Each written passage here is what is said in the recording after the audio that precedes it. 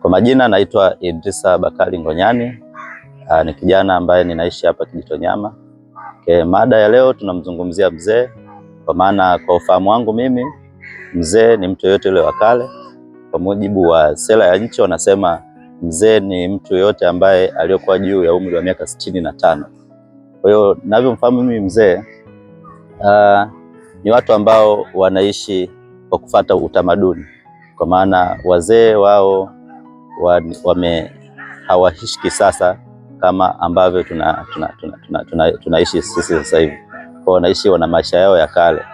Lakini pia tunavyomzungumzia mzee kwa maana nyingine tunamaanisha kwamba ni mtu ambaye anafikiria vitu vingi sana kwenye kichwa chake.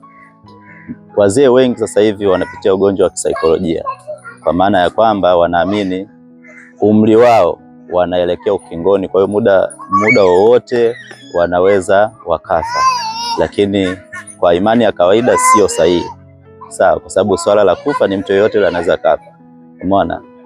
Lakini pia namna gani tunaweza tukafanya kuwasaidia kwenye swala la kisaikolojia ni pamoja na kuwabadilisha mitazamo yao ambao nadhani, kwa maana inatakiwa wawe na mitazamo chanya tofauti na huo mtazamo ambao wanafikiria wao. Lakini pia tuna wataalamu wa kisaikolojia, inatakiwa wapate ushauri na saa ili waweze kubadilisha mitazamo yao hasi ambayo walionayo.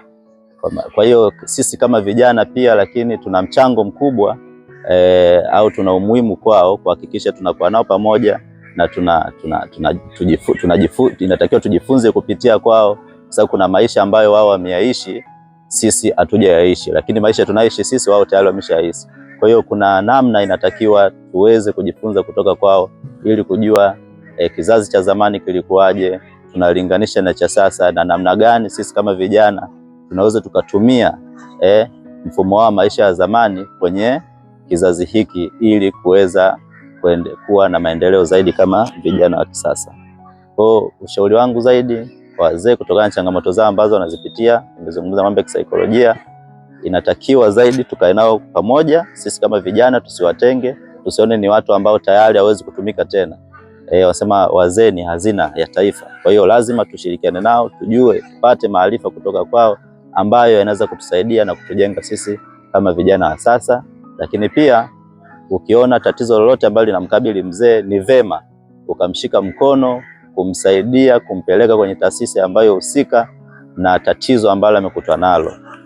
Kama make wazee ni watu ambao wanahitaji support kwa sasa hivi. Make kiangalia physical, mental ni watu ambao hawako sawa sana, asilimia kubwa tunazungumzia, sio wote. Kwa hiyo kama umekutana na mzee ambaye amekutana na changamoto yoyote au tatizo lolote, ni vema zaidi ukamsaidia, ukajua tatizo lake ni nini, ambayo itakupelekea wewe ujue ni mahala gani inatakiwa umpeleke kwa lengo la kupata msaada zaidi. Asante.